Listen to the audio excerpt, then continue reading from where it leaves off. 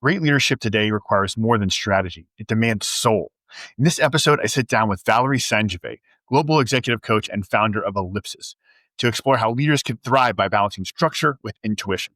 From leading cross-cultural teams to guiding Gen Z with clarity and purpose, Valerie shares timeless principles and fresh insights that will shift how you lead.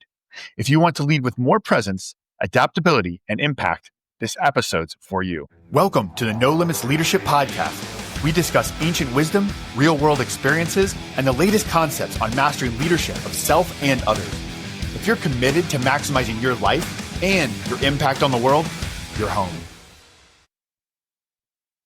Welcome to the No Limits Leadership Podcast. I am your host, Sean Patton, and I'm very excited to be having an amazing guest with us today. Her name's Valerie Sandjivy. She is an adaptive leadership mentor and business coach with over 20 years of experience. She combines her corporate experience with creative, intuitive approach to leadership, helping clients build scalable systems while fostering personal and professional transformation.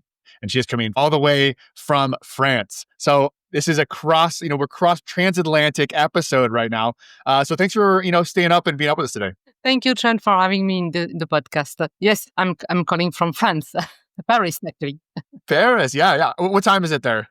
It's like 6:30. Okay, perfect. So you're end of your day. I'm getting ready to have lunch. We're like perfect right now. Well, you have such an interesting, background. Can you share a little bit about your background and what led you to leadership coaching? Yeah. So, like you were saying in the introduction, it's like I spent 20 years in different corporate settings, different countries actually, because I worked in France, but I worked as well 7 years in the US, and I spent 17 years of those 20 years in doing management and leadership. So that I think it's a pretty how can I say, intensive experience, if I may say. And I started my business, the business I'm currently in like 11 years ago. So it's as well, a lot of experience in coaching about leadership and mentoring. And what was, the common thread in my path is like I was always the one, opening doors, doing innovation, stepping in new operations, like going to the US, installing, the team, building the new business unit, working with Japan, working with Brazil, working with different countries. Always the one, when it was time to do something which was innovative or something that nobody wanted to do, they would call me. She will do it. So I was going there and doing that. So that's a common thread, like being in international environment and as well, being in, like I say, opening doors of innovation, stepping into new markets, stuff like that. The two common thread I want to highlight from my journey in the corporate settings. Working in those different industries and internationally, what do you say is the main way that experience shaped your perspective on leadership? Yeah. Like you were saying, it's like I work, even when I was in the US, I work with, American car makers, but as well, Japanese and as well Brazilian. So even if I was located in the US, it was a lot of international background, international different people coming from all other the countries. And what I want to say about, those cross-cultural environment and teams, it's about you have to shape your communication. Because first of all, English was none of our first language. English is not my first language. So those people, speaking Japanese, English was not their first language. In Brazil, the same thing. And we were, in the American background. So you have to speak English at the end of the day because we are in the US. That's, common sense. So it shaped me in being, good and clear and have this balanced communication. Like, which word I'm going to use? Is he understanding what I'm saying? The clients, the team. This is the first thing. And the second thing is adaptability. How can I adapt, myself, to different people, different countries, doing stuff differently? We can't say that those people are doing better or worse. It's just different way of doing things. So it helps you, to be able to change and to be able to be comfortable in the changes that it brings you. The way of working, the way we are setting meetings, the way we the way we eat as well is not the same. So it shapes us, really to be adaptable and to have a clear communication. And to make sure, if we were both of us, it was, our mother tongue to speak English, I wouldn't, be so eager to make sure that we understand ourselves, which, in a way we should anyway. But it's not because we're speaking the same language that we understand ourselves. So it'll help me a lot about, to look at the signs. Is the team understanding what I'm saying? Do I have to repeat? Do I have to change the way I'm saying it? Do I have to give example? I'm very good at giving example metaphors. I love, to give, those examples because it helps people to understand what we are saying. So those three things: being adaptable, be comfortable with the changes, and have a clear communication that to make sure that people are understanding me and I understand them, and to allow, this, loop of communication and not taking, the stage and speak forever and not listening to the other one. That's so important. You just made me think how so often when we are maybe inside our comfort zone, whether that's inside of our own culture, inside of our own company, we take for granted that the other person is understanding what we're saying, or that our perspective, that we kind of they share the same perspective or the same paradigm. And it's really interesting. I had a friend of mine who is originally from Afghanistan. It's actually his parents came to the U.S. and he was talking to me, and we was actually talking about how, as I got into my 40s, how I was getting wrinkles, and we're actually, and this is going somewhere, I promise. But he was talking about how I was getting wrinkles, and he told me, he's like, what I've noticed is my background in the military, especially in my whole time, whether I was in Iraq with the regular army, or then I was in Army Special Forces and I had to learn Arabic, but then I still was in Afghanistan, so I had to use interpreters.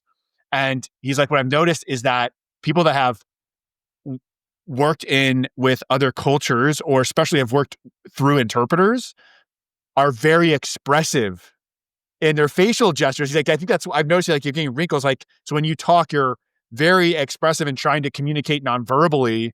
I was thinking back to that, how, because when you're working with an interpreter, you don't want to look at the interpreter when you're talking to that person. You talk to the person as if you're speaking to them, right?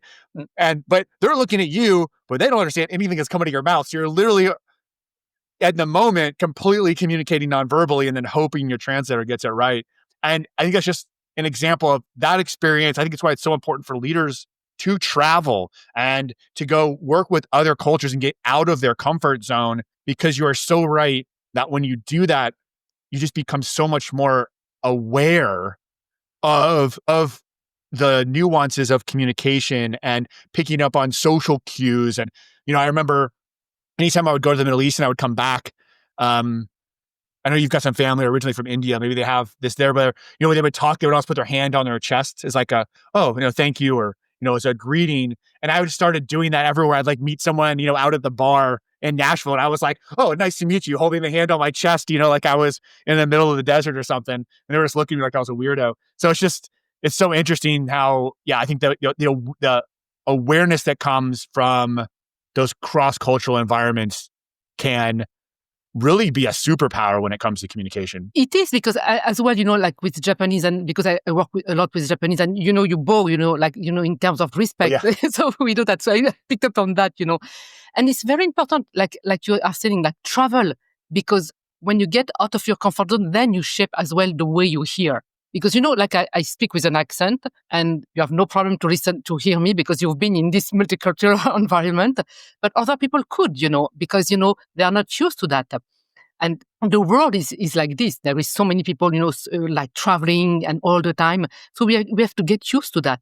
And it's really, for me, it's like a superpower to be able, to feel comfortable when someone else is trying to explain to you something and you are not, it's not their like mother language, English is not their first language. And so you pay attention. And like you said, to the non-verbal things, and then you can pick up a lot.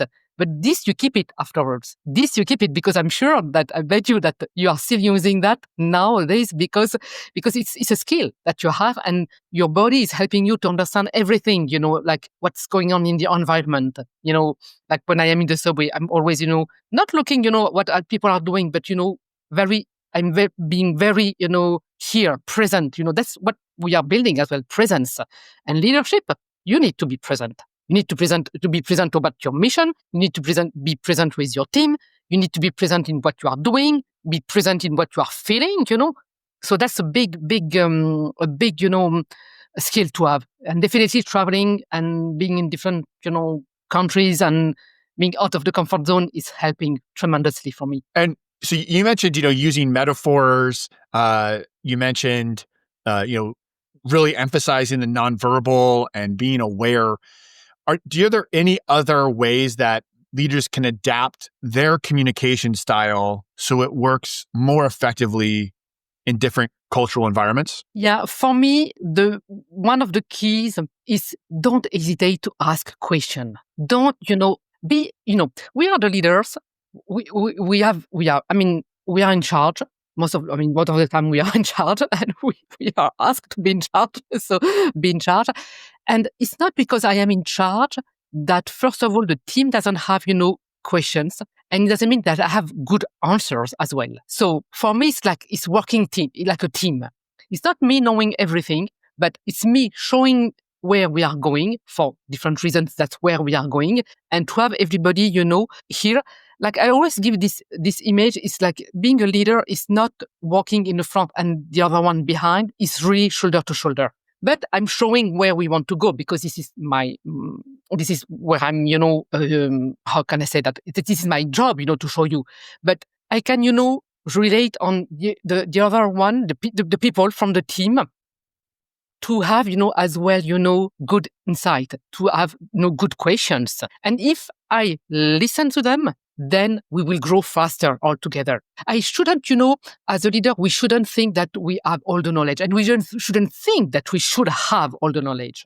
That's not right for me. It's like we are a team, let's work with the team, And, most of the time, especially when I was in the US, it was a very multicultural environment. I said always to the team, I don't have, I don't have, all the good ideas. I don't have all the good answers. It's not a privilege that I have. I don't have that. Do I have questions? Do I have ideas? I do, but you do too. And I want to hear them because it will make us, better all together. Because at the end of the day, if they don't challenge me, if I don't challenge them, what's the point? I should go alone. Do it by myself. Yeah. But you're missing out on the power of the team, right? And that's the leader's role, is to capture as effectively and efficiently as possible the true power of the team. And so I love the way you articulated that. And we talked about cross-cultural differences, but there's also other differences inside of the workforce, including generational. And we're seeing I think one of the first times maybe in at least US history, I don't know how it is, where we've got like up to 5 generations, really like 5 separate generations, because technology and the world is changing so much faster that the differences in generations is also maybe greater than it used to be, when sort of the pace of technology and the environment around us was slower. So there wasn't that much difference in 20 years, between maybe, 1920 and 1940. But there's a big difference between 2000 and 2020, or, certainly 2020 and what 2040 is going to look like. I mean, my gosh, right? As we see, especially Gen Z now moving into the workforce, who has had access to all the information in the world at their fingertips since they were a baby. And right, they see things a little differently than, people that are in their 40s, 50s, 60s. How does leadership need to evolve to harness the power of that full generational team? That's a great question because, like you are saying, actually, a generation before was defined, it was around 20 years, to define a generation. Now it's more or less like 15 years. And I bet you like in few years, it's going to be 10 years. And you know why? It's because to define a generation, it means it's what's going on in the world, politically, socially, with, the technology. That's all what's defined the generation. And as we go faster and faster, with AI and the technology is moving so fast that I feel that really the generation now is going to be maybe like 10 years, and then it's going to shift and shift and shift. That's one thing I wanted to say first. And then because of that, because it's going to shift even faster, we need as well to adapt ourselves faster to those changes. And the way, let's speak about Gen Z right now, because that's the generation which is coming at work right now. So we need to adapt ourselves to them. And it's not only, in one way. I always say that, to the leaders I work with, it's not only to the Gen Z to adapt themselves to, the older generation, the Y or whatever you want to call it, or the boomers, because there are still, boomers, at work. But it's as well, the previous generation to be able to adapt to the Gen Z, because, it's a combination at the end of the day. And one of the things we can say about the Gen Z so far, because I love this subject, so I'm studying. I won't say that I know everything about Gen Z. That's not what I'm going to say, because this would be wrong. But like you said, they have so much information, like there.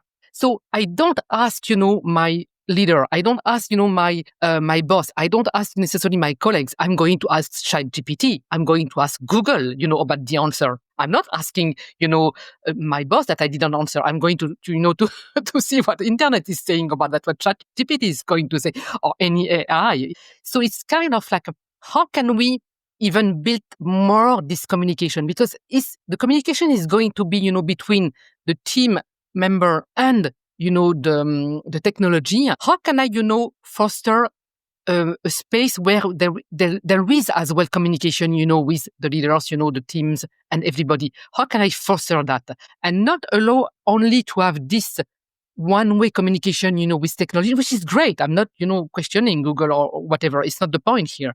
There is so many information, which is so right, sometimes wrong, sometimes, but right as well. And so how can I foster, a better place for communication, but, human to human? Because you know what? This generation, probably they don't have all the tools to be able to communicate, with human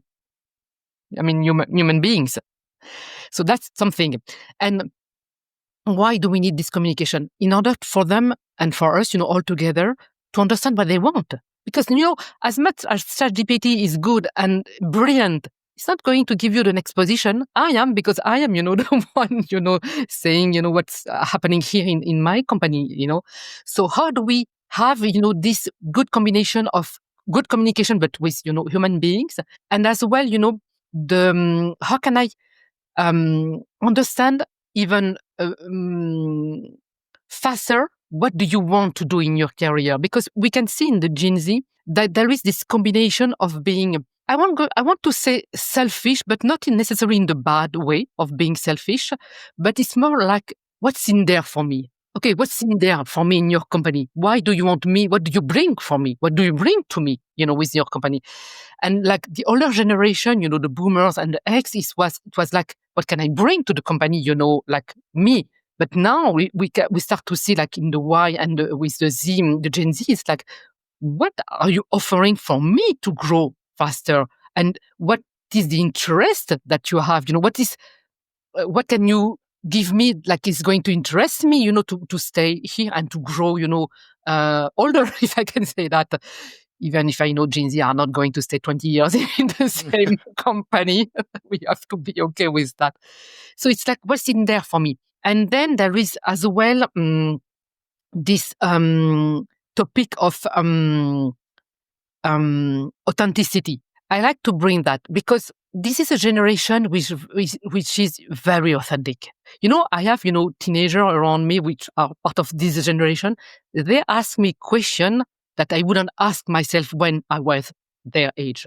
I wouldn't even think about that.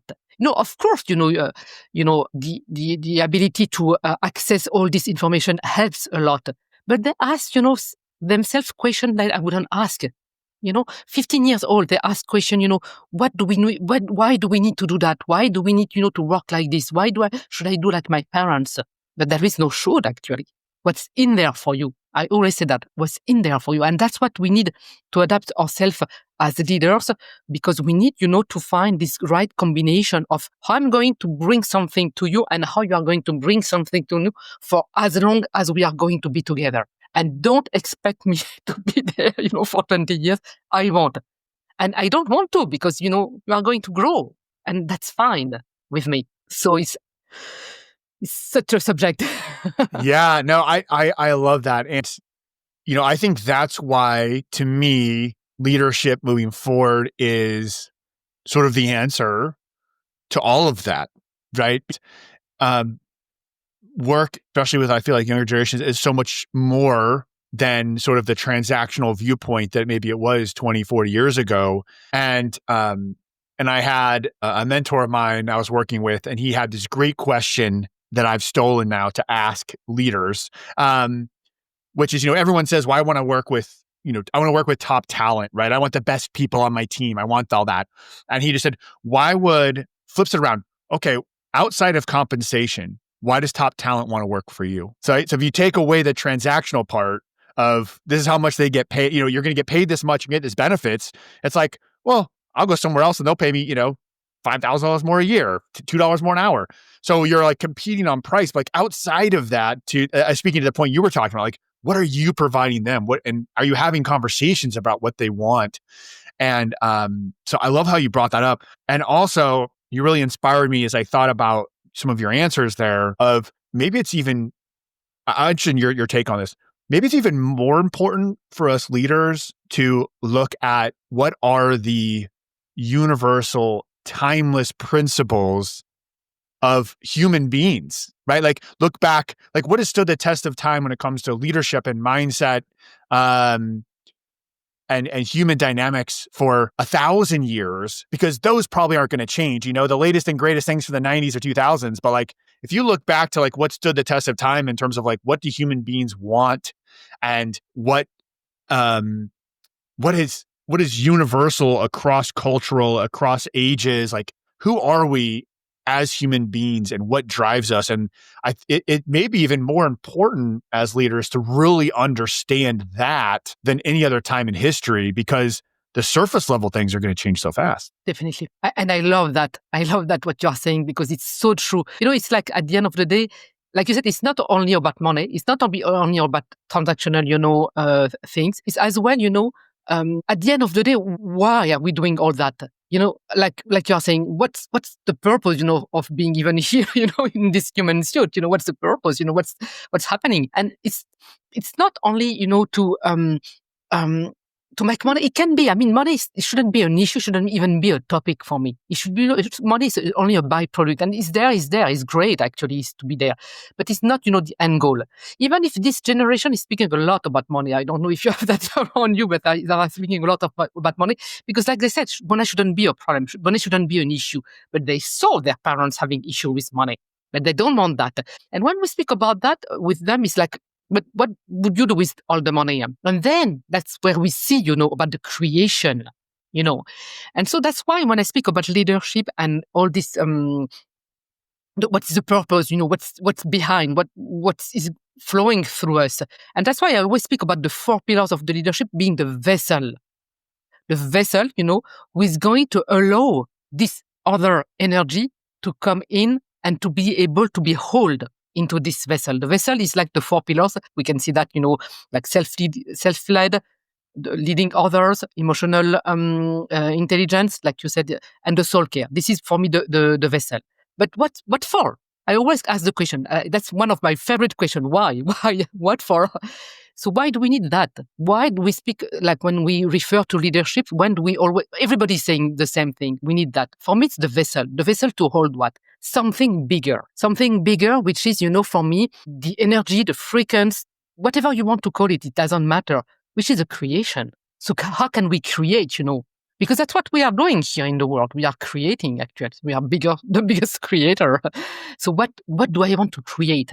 So that's why money is not anymore, the topic, because that's not the topic of the Gen Z, and it's not going to be that. Because for them, it's like money should be a given. We shouldn't work for money. It's a given. Money is a given, We shouldn't struggle. And nobody should struggle, and that's true.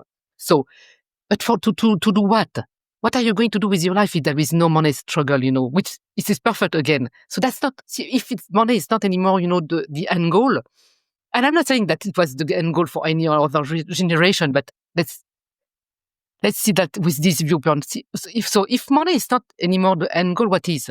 So for me, it's creation, it's innovation. What can we do? What else can we bring to the world? What else how can we improve the world? How can we, solve issues in the world? How can we, bring, better way of transportation, better way of traveling, better way of communicating, better ways of, it's all about that at the end of the day for me. And that can be there in the different corporate settings and organization only if, the foundation is there. And the foundation for me is the vessel to be able to hold that. Because if there is no vessel, it's like having the water without, without the glasses. The water will be all around, all over. We don't want that. And we wouldn't, construct anything. We wouldn't build anything. So for me, that's what it is about at the end of the day, to be able to bring that higher force. And we call it the way we want. It doesn't matter actually the name. For me, it's the creation. And that's when the game is coming in. Let's play. That's what I like to bring to my leaders. How much do you play? We have so much struggles. When do you play? I don't have time to play. I say yes, because at the end of the day, that's what it is about. It's to bring innovation and to bring back this play environment. Do you enjoy what you are doing? Can we play more? And what is playing? Playing is for me is innovation. It's creating. What else can we do? What else can we bring? And that's more enjoyable, of course, than, dashboard and spreadsheet that we have to do, of course.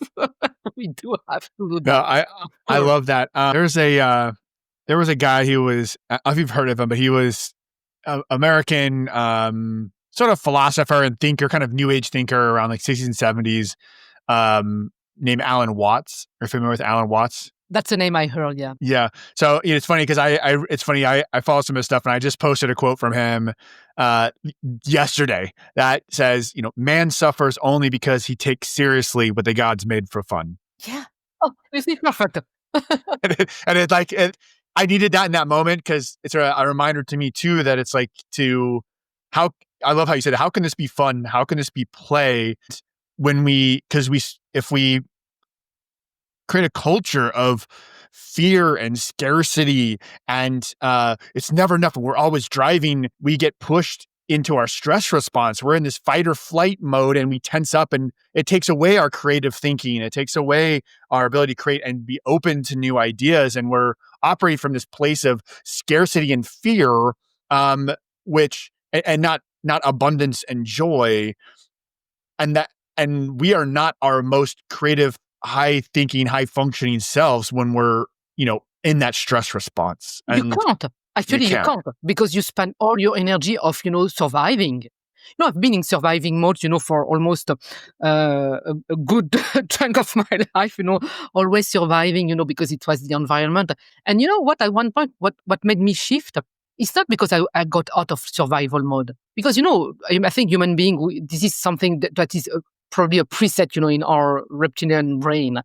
So it's kind of like, okay, I can see, life being, a struggle and being, being in fears and being, insecure. And I can always look life like that because it is part of life. And I can decide to look at life with different glasses. And if I look at life with a different pair of glasses, I change the perspective. So how can I look at life like with, innovation and playful? And it doesn't mean when we say that the other part doesn't exist anymore. It does. It doesn't mean that we don't have challenges. We do. Actually, today, I was doing something and something came up in the mails and said, okay, this is another struggle. And I was not expecting that struggle. I said, okay, you know what? That's okay. We are going to know, we know how to, we are going to manage that struggle. It's going to be okay. But for one good minute, I was kind of like in the emotions and saying, okay, one more thing. And I said, no, you know what? Life is going to be that way. It's always going to throw something. What do I do with it? What do I do with it? And so it's a matter of perspective. There was always going to be fear and scarcity and, any of that. And, insecurity is always going to be here. But do I want to look into that, or do I want to look into the other part, which is creation, innovation, and playful? Without saying that because I'm looking that this doesn't exist. Of course it does exist. But it's a way of what do I want to see? And that's the way I shifted my mind, actually.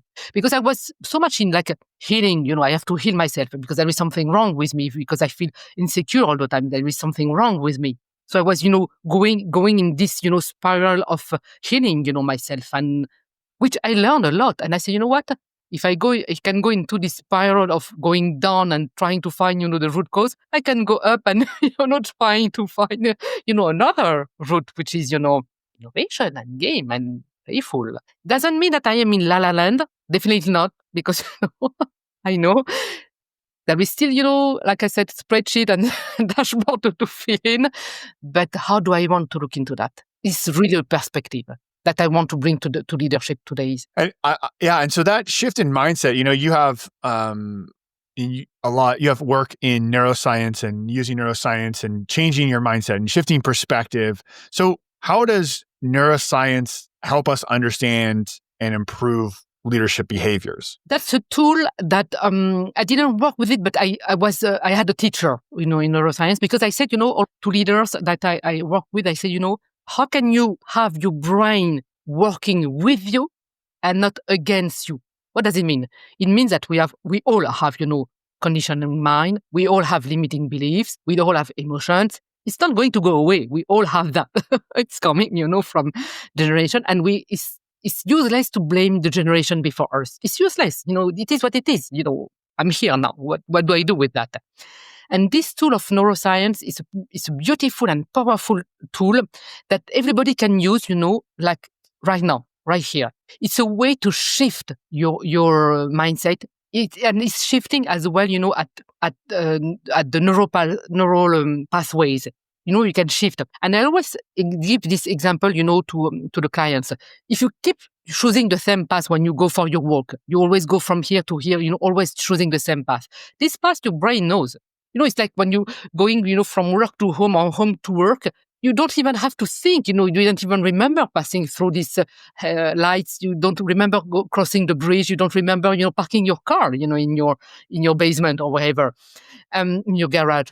And why don't you remember? Because your brain is going in automatic, state, which is good. We love that. But what else is in automatic, mode that I don't want to? All those beliefs, all those conditioning, conditioning mind. We all have that. So neuroscience is helping us to create a new pathway, neural pathway. How can I create a new one?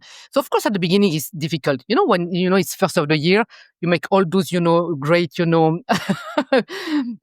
do you call that? New Year's resolutions. Resolution. Thank you. Yeah. You make all those New Year's resolutions, and some of them, fall, after the 2nd of the year, or almost sometimes the first, at the end of the day. And why? Because at the beginning, it's a good intention and it's good, but the pathway is not there. So I have to be a little bit, consistent. If I decide to go to the gym, and I have to start going. So I have to take actions, small steps. I don't know. You don't have to go run the marathon on the 3rd of January. It's not about that. But, start, to try this pathway. And then, little by little, this pathway is going to become a habit. And it's going to be, something that you do in automatic mode. And the other one, because you don't use it so much, then, you don't remember. And you want to forget it sometimes. And that's the way you reprogram yourself. But it takes, at the beginning, it takes courage. And it takes determination to decide, I'm going to take one step. And I always said to my clients, this is, step by steps, little steps. You're not going to jump, over the Grand Canyon. It doesn't happen here. And don't try to do that at home. Small steps, everybody can do small steps. Yeah. So when you're walking through it, what does that look like, creating small practical steps to help reshape habits and mindset? Like, for example, let's give an example. Everybody knows, all those big, concepts, resilience, being adaptive, exemplarity, authenticity, emotional resilience. I always ask, the people I work with, what does it mean for you? If you are not able, first of all, to give me a definition, we don't know where we are going because it's a big concept. Everybody wants to have trust. I always say to my clients, trust, there is not a button, on the people, on the human body where you can switch, flip on off. It doesn't exist. Because believe me, I would have found it if it exists. So how do you build the confidence? How do you build, the trust in your team? So first of all, you are going to do one step. You have to give, one task to the team, to the person, to the team, whoever you want to give. You want to build the trust. And then you are going to see if this person is doing that. And if he does, okay, give one more. And if he does, give one more. And if he fail at one point, it doesn't mean that he's failing actually. What skills is missing? What skills this person is missing? And teach him these skills, or send him to a training, or ask, a coach, to help this person with these skills. And then, you add a little bit more, and then a little bit more. But it's not going from, night and day that you are going to trust the team. It doesn't work like this. And by doing those little steps of giving and giving more and giving more and seeing if they are, giving back the results, and if they come back telling you, okay, last time I failed and Valerie, she didn't, blame me.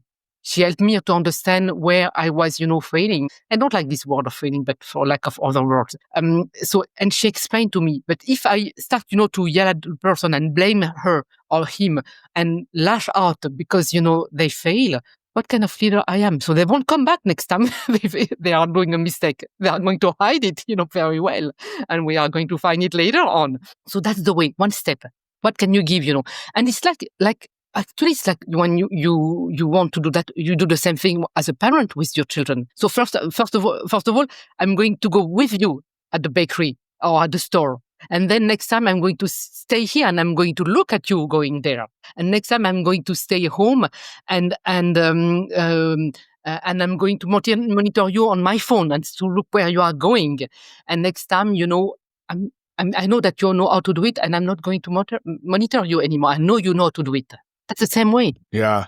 I love that analogy of building trust and building new habits and creating new neural pathways all in the same sort of structure. In that, one thing that you work with some is balancing masculine and feminine energy. And I sort of heard that in your response to the person who, as you mentioned, failed or didn't reach the standard or didn't meet the expectations that you thought you had for them. It was a little bit of what generally would be considered traditionally masculine traits like, decisiveness and authority, or giving them a direction, and then sort of the empathetic side or more feminine side of energy you give there. And I've just seen this play out and talked to different people about how that works, how that happens in the workplace.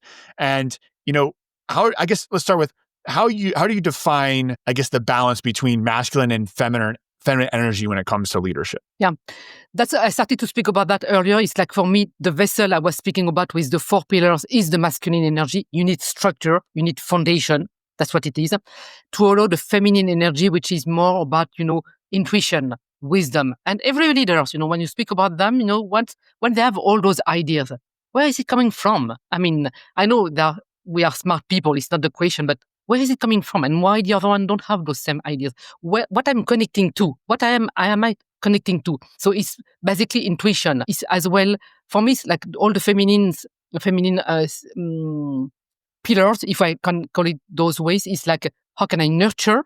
What is creation? How can I, protect as well my team? Because it's very much, protection is very much about the feminine energy. And how can I bring, the wisdom about my contemplation, about what I read, about how can I foster growth, for the people, It's all about that. And those can only come if the 4 pillars are in place. Because how can you want, something bigger, something wider to come in if the structure is not strong? It's like you want to build a beautiful house, but the foundations are not, strong. The house is not going to end up, properly. So you may want to reconsider that. So the 4 pillars for me is really, be strong in leading yourself. How do you lead yourself? If you are not able, to take care of your own emotions, if you are blaming the teams each time that there is something wrong, if you can't foster growth for the team, if you can't foster trust with the team, you are not leading yourself. So don't expect to lead somebody else. So that's how it works. So working on our emotional intelligence, we said that, and soul care, we said about, taking care of the right balance. And I said balance is not a 50-50. We all know that. The right balance, between, personal life and, professional life, the vision that I have. It's not 50-50. I mean, I can't say, okay, I'm going at 5. Sometimes it's going to be 5. Sometimes it's going to be 4. Sometimes I'm going to work remotely home. It's okay. But when there is, a deadline, how can I, make sure the team is going to be there and not going, to drag their feet, to be able to meet the deadline? is because I'm doing that with them as well. So, and I allow them as well to, to work remotely today because, it's okay. And I don't want, to control them all the time. But this, before being there, you need to build the trust and you need to make them understand that we are a team. And I'm going to watch what you are doing, but not all the time. But at the beginning, maybe I will be all the time on your back. But that I don't want to do, on a long run. It's not sustainable. You can't be on the back of the team all day long. It's not sustainable in terms of time. And what type of, and you don't foster autonomy. We want autonomous people because when you're, I always say to the leaders, when you are not there, what is the team doing? If it's nothing, it's not the right answer. Mm-hmm. So, so what are some, I guess, what does it look like if when an organization, maybe one you've worked with, has a good balance between those masculine energy or masculine pillars and feminine energy or feminine pillars? Like, what does that look like when it's in harmony? So for me, it's like you allow, first of all, there is something that we don't like to speak. I mean, more and more, but not in every organization. It's about, like, first of all, intuition. Why can't I have an intuition? Many people, I don't feel it. I don't know why, but I don't feel it. When you you are recruiting someone, you are hiring someone, and you go through an interview, and the resume is good, it's perfect. We have all those skills, and you are in this connection, with this person. And at the end of the day, you say, you know what? I don't know. The skills are there, everything is there. He answered beautifully to all the questions, but I don't feel it. Everybody once in their life said that, not only about recruiting, but we don't feel it. I don't feel that. I don't feel this job. I don't feel this food. I don't feel this restaurant. I don't feel, this person to be, my partner. I don't feel it, it's not, what is it, what do we let, how can we let this part of us, be part of, the team as well? Because otherwise it's only, masculine driven, results. And people, can burn out. And it's not because the feminine is there that the results are not going to be there. Actually, they are going to be there even better because it's going to be the nice balance between, okay, what do we do? What do we bring, which is a higher force? What do I let, play as well, with me? What do I let, go? Because the way I see it, usually, like, the feminine energy is like going through me, So I have this energy flowing through me. I don't know where it's coming from. It can be this way, can be this way, can be any ways. I don't know where it's coming from. It's coming when you are in the shower, when you are in driving your car. Suddenly you have this idea. And it's not where you were working, at your desk trying to figure out how to solve the issue that the ideas is coming. And I know that for a fact. You know why? Because when I was working in those corporate, when I was younger, very young at the beginning, I wouldn't go for coffee break. And I don't smoke. I never smoked. So I wouldn't go, for a break. I was always sitting at my desk trying to solve issues, of the organization. And then at one point I was looking at my co-workers and my colleagues. They would go, for a smoke or for a coffee or just go and breathe some fresh air. I would come back and, perform. And I said, what's going on here? I said, something is going on. And then I started to do the same, not smoking, could have, but decided to go for a break. And in those breaks, your mind is not trying to solve the issue. You let something else. And you come back and you have a new idea. Or when we say, sleep on it, don't answer now, sleep on it. What does it mean? Something is working, in the behind there, I would say. And then you have the right answer. You don't know why, and it feels so right. That's all this. How can we allow that? How can we bring that as well? How can we allow that? I don't have the answer right now. Okay, sleep on it and then come back. And I've been doing that now for many, many years. And all the time, the idea that is coming, when I step on it or when I'm going for a break, take a glass of water, coming back is better, far better than the one I would have found out, trying, to figure out, what to do. Not in a masculine way, feminine way. Yeah. And in some ways, when that happens, and whether that is, you kind of your subconscious working in the background, whether that's when we could go, we're at the end of our time, we go super deep on, is that collective consciousness? Like, what is that? Like, there's so many things that happen with that intuition, your body, your mind processing when you're not trying to force structured thinking and intellect on top of it that come forward. And then once it's there and it needs to be almost like flushed out and organized and put into, a system, it's like, then you can use that intellect and the logical side, and you can take it and create from what sort of came from the subconscious or came from the intuition, from processing, whatever. Yeah. But I like to think that's a great way to put like the balance of those two things, because we all know that, my wife, it's funny now, she's in tech sales. But before that, she was in graphic design and PR. And she would say all the time how nearly impossible it is to be creative on a deadline. It's like, because you're in that, and it maybe goes back to sort of full circle, or like that fight or flight, neuroscience. Like if you're in that stretch of like, I have to do this right now, you're not open, and you're closing off parts of your brain or maybe your neural pathways that are working in the background to process your higher level thinking. And so I love the fact that you're bringing and helping leaders balance those perspectives, and whether you want to call it, any of the terms we used, or masculine, feminine, or you want to, whatever's comfortable for you.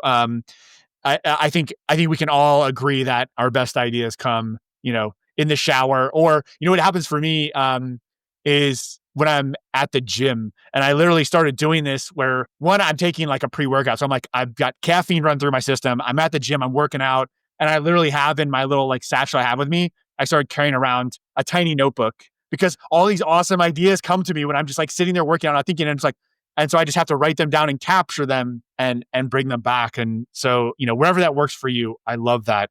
Phones are good for that, because we always carry them.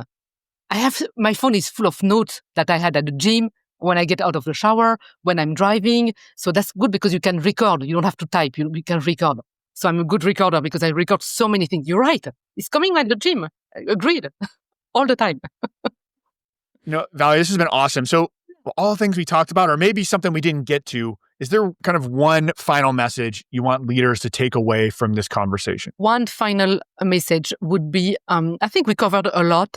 One final message would be, for me, is the question I ask always the leaders is, how do you want your team or the people you work with to talk about you when you're not in the room? And be that. How do you want them to talk about you? And be that. If, of course, nobody wants, the team or anybody to talk about us, bad. Nobody wants that. So how do you want them to talk about you? Okay, is there? Is give advice? Is training us? Is he trusts us? Or she or whatever. And he gives us he gives us autonomy. And he has a good communication, and he processes his emotion. He never lash out. And he's always that. In this presence, and we can feel that ideas are coming, and he's able, to read us very quickly. And that's the way I want people to talk about me. So what do I need to do for that? So that's the contemplation. I love that. I always say to all the people I work with, process that. It's because you are doing something toward that people are going to speak about that this way, about you this way. Not because you tell them I'm the good leader. It doesn't work. We all know that. I love that. I might start using that with some of my clients, or with, what a great workshop exercise, because leadership can be sort of this amorphous philosophical, thing, which is the reason I get to have I get to talk about leadership, 100 times on this podcast, and with my own thoughts, and it's different every time, because there's so many parts of this. But to individualize it and just say, okay, when you're I love that. When you're out of the room and you're your best leader, like what do you want people to say about you? Have them write out, that in a paragraph form, and be like, okay, well, that's our working document now of how are you going to live up to that? That's a great example. And you do it as a workshop, or you do it as a big, to begin, when I work one-on-one, for example, with leaders, this is the first question I ask, like the first and the last. This is the first. Okay. And then now how can we build that? Like you said, how can we build that? Because at the end of the day, that's what it is. Nobody's going to say, I want them to speak bad about me. Maybe some would say, I want them to be afraid of me. No, that's okay. Okay, maybe we can work why we want them to be afraid of you. That's another topic. Yeah, that's a whole other podcast episode. Well, Valerie, this was awesome. I really enjoyed this episode and getting to know you in preparation for this. And I love the work you're doing. People are listening, they want to learn more about the work you do and get in contact with you. Where do they go? The best way is to go on my website, which is going to be EllipsUS.com. untitled.us.com. So probably you are going to put the link, for the listener. So that's the best way, because from there you can find my LinkedIn, you can find my social media, you can find as well free contents. There is a free leadership assessment.